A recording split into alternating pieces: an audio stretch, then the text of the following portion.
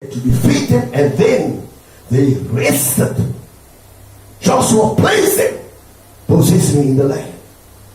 And towards the end of the book of Joshua, there were 7 tribes that did not claim their inheritance yet. How many today has not claimed their inheritance in the Word? Amen.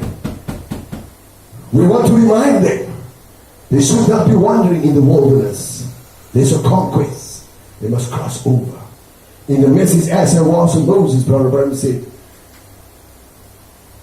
God sent ministers, amen, should cross over and bring back the evidence that the land is good. Not only the messenger that went beyond the curtain of time. He said God sent ministers, page 8, page 9, as I was with Moses. He said not only ministers but also the congregation. You should also cross over into the next dimension. This is the age we're preaching as the immortal divine. This is the age that scientists, what have they done? They call it the digital divide. In other words, there was a certain group that had access to computers and internet. So what they're doing, they're breaching that divide. In other words, more and more people are having now access to computing and to the internet. In other words, they have breached that digital divide. Wherefore, beforehand, as only a small elite group had access to computers and to internet, and the majority never had. Now, basically everyone has access. So that gap has been bridged. The gap of the digital divide has been bridged. And now we speaking about bridging the immortal divide. Beforehand, only certain people went beyond the curtain of time, could look in the other dimension. But Brother Branham said, now we are spiritual astronauts. We become, when we believe the Word of God, we become in association with the unseen world. Amen. Angelic beings. You become, he said, sometimes, why do you cry? Why do you shout? He said, you're bumping into angels. Amen. Bumping into angels in another dimension. Praise God. You go from the 3rd past the 4th, past the 5th, past the 6th. The 7th dimension was glorious. Brother Branham said, here is human life. Here is human life. There's eternity going up. Holy Spirit, angels, and God. And as you go down, you get demons, the devil, and hell itself. Oh my. Amen. So here are we. So when we say you are raptured, your soul gets taken out of the human realm and placed in that Holy Spirit realm. Amen. You're raptured, you're elated, you're lifted up, elevated. Praise God. He said you will never be successful in the east. You have to go to the west. Sirs, is this the time? Prophet says, I've been behind this pulpit for 30 years. From 1933, this is now the end of December 1962. He said, I've been 30 years behind this pulpit. And we know, spiritually speaking, in the scriptures, the Levites at the age of 30, Numbers 4 verse 47, from 50 years old and upward, even unto 50 years old, every man that came to do the service of the ministry and service of the burning in the tabernacle of the congregation. 50 was considered as the age of maturity. That's when the Levites enter into the ministry at the age of 30. And now in pipe 1962, service is the time. Brother Branham said, I've been 30 years behind this pulpit. There was a stage where the ministry was in its infant stage. But now it has advanced from an infant stage, it's coming to to a matured stage now, ready for the opening of the word, ready for the opening of the 7 seals. Glory. He asks these questions. He says, is this the time? Lord, the coming down of the headstone upon the pyramid, that's the funnest in that. Lord, is there something fixing to happen? Remember, the entire message of Sirs, is this the time, is based upon 6 dreams and 1 vision. And all 6 dreams pointed out that the prophet needs to go to the west. But the dream that the prophet emphasized is the dream of Brother Julian Jackson. Amen. We'll get to that. So age 30 was considered as the age of maturity. The Bible said in Luke chapter 3, 21, 23, at 30 years old, Jesus entered his public ministry. Hallelujah. At the age of 30. The Bible said Jesus grew in wisdom and in stature. The message grew from an infant stage. It advanced. From first pull to second pull to third pull. The message advanced. Change in the ministry. Remember already in 1960s, Brother Branham was saying, through Easter seal, many other messages, he said, either pull the pyramid, but the pyramid never had a capstone on it. He said, Lord, present stage of my ministry, my new ministry. He was looking forward for a ministry, a change in the ministry, already from the 60s. Right. Just hold on to that. So Jesus at the age of 30, considered the age of maturity, started his public ministry, and he preached for 3.5 years. And then his life was cut short. AD 33.5, Jesus was crucified. But he preached only for 3.5 years. Right. 30 considered the age of maturity, completeness of full age. The message has grown from an infant stage to a matured stage. Amen. So with the opening of the 7 seals, March the 17th to March the 24th, 1963, the opening of the 7 seals. So with the opening of the 7 seals, the full word of God was born into manifestation. So with the restoration of the word, there's also a restoration of dynamic power of the fullness of the Holy Ghost. Full power, not half power. And let me tell you, remind you, the journey is getting steeper and steeper and steeper. Many times we drive by car, we have to go over a mountain pass. And when you go over a mountain pass, you need some torque to go up there. You need full power, otherwise you're not going to make it to get over the pass. And brothers and sisters, we are in the last hour. Amen. Harvest time. Brother Branham says, this is now packing up time. Yes, amen. Packing up. We're going home. Amen. Packing up times, what does it really mean? It means gathering the last efforts. Amen. When we come to the end of our journey here in Malaysia, no matter how tired I am going to be, I have to get all my energy together and pack my bags because I'm going home. So you're gathering in the last efforts. The last efforts. The last strength that you have in you, you have to use to get yourself up and to go to the transport. This is no time to backslide.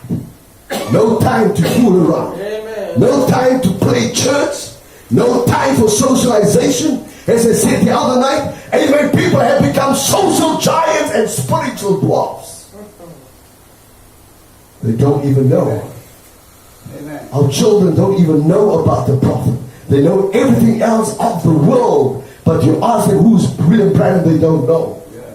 They don't even know about reading the Bible. Yeah. You ask many times in the service, you say, let's turn to the book of Habakkuk. They're looking all over in the New Testament letter, not knowing that it's in the Old Testament.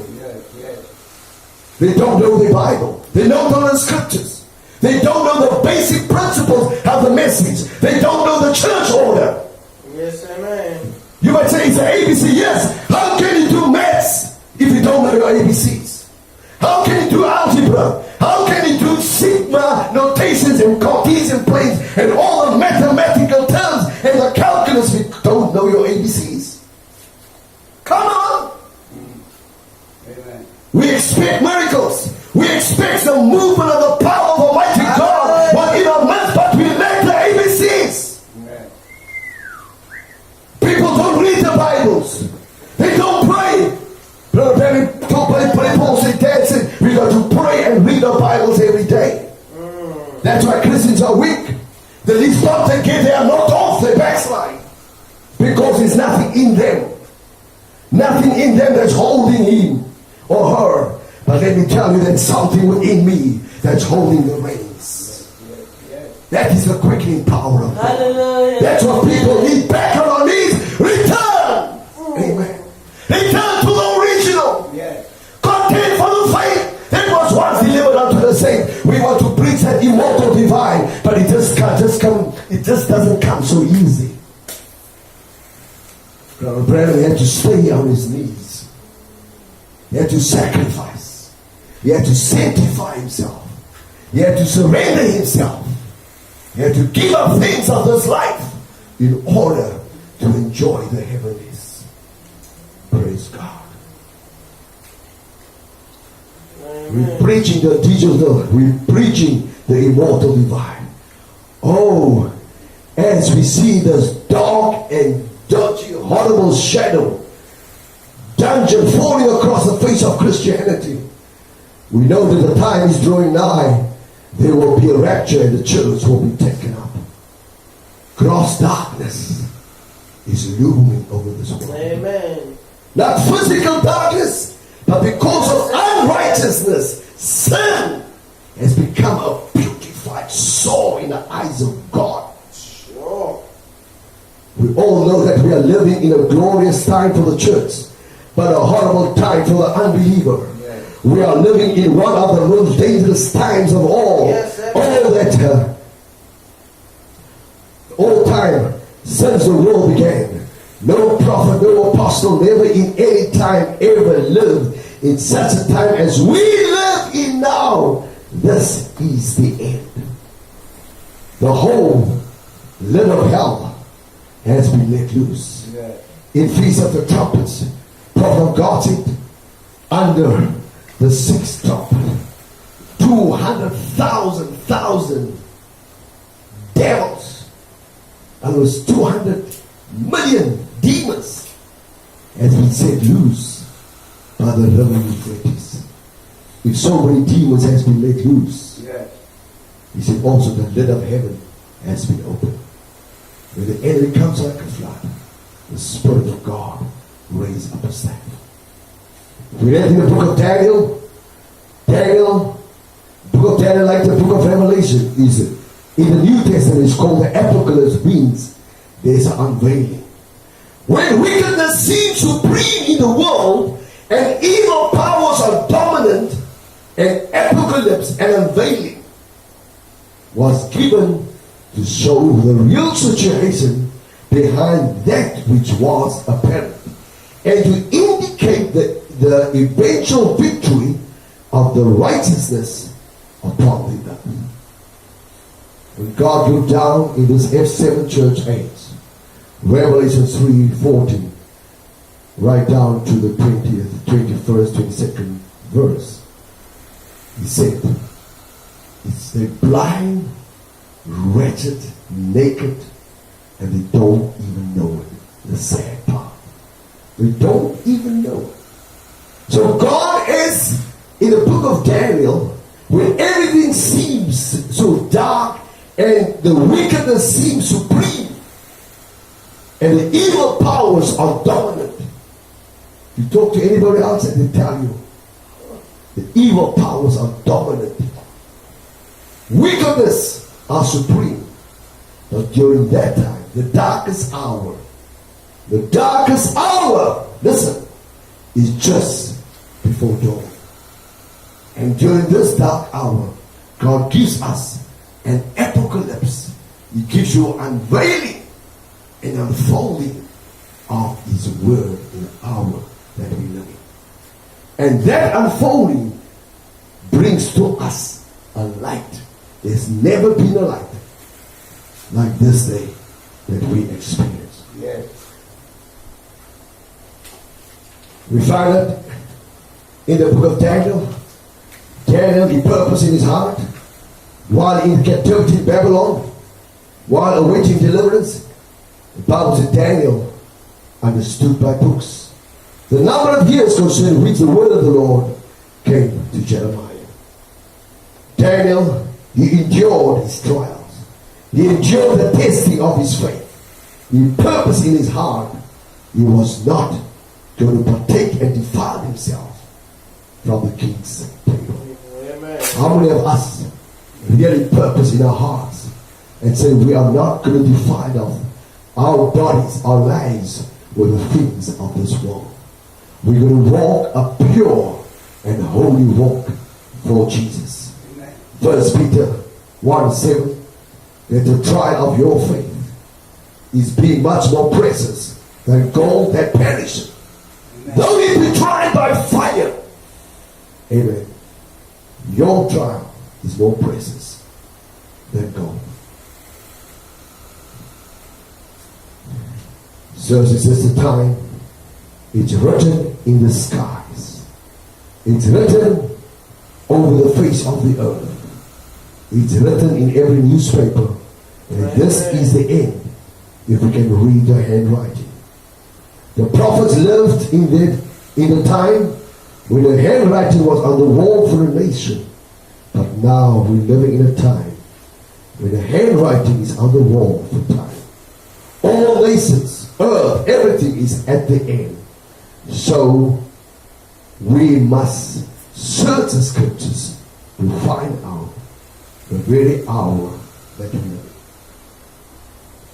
in. We mentioned, we won't go into it, but we mentioned that the previous night, how the Daniel chapter 2, the great image, it reflects the issue in Daniel chapter 2 from verse 31 to verse 35, how that was the issuing in of the Gentile kingdom, with a head of gold, which is Babylon under Nebuchadnezzar. Then the breast and the arms, the meat and the persons under the Greece, which was the meat that was under Alexander the Great. And then the belly and the thighs, that's under Alexander the Great, but the breast and the arms, it's under the Medes and the Persians. Then it goes right down to the legs of iron, right down into the feet, where iron and clay mix. We are right there at the end. Also in the following chapter, he speaks about the 4 beasts, representing 4 great empires: Babylon, Medes and the Persians, Greece and Rome. The vision followed by a vision of the coming Messiah. This is when Daniel saw the stone hewed out of the mountain without hands, and it struck the image on the feet. So those 4 metal compose the image, are explained in the 4 empires that we just mentioned: Babylon, Medes and the Persians, Greece and Rome. Amen. And those metals, you look at it, if you go from gold, is the softest of the metals in the image. And as you descend right to the legs, it's iron. Iron is much more harder than brass, than silver, than gold. Iron is very hard. So it speaks about the hardness of the heart of the people. Then it goes right into the toes, which speaks about the end of the Gentile dispensation. The Gentile dispensation was issued in with the abundance of tongues, speaking in tongues. was issued in with a supernatural hand writing on the wall. It will also go out the same way with the abundance of tongues. And we have to stop here for a minute. Tongues, they are true manifestations of speaking in tongues and interpretation of tongues. But there's also the jabbing as well, as we know in some of these areas where every Dick, Tom, and Harry, amen, they just rumble something off.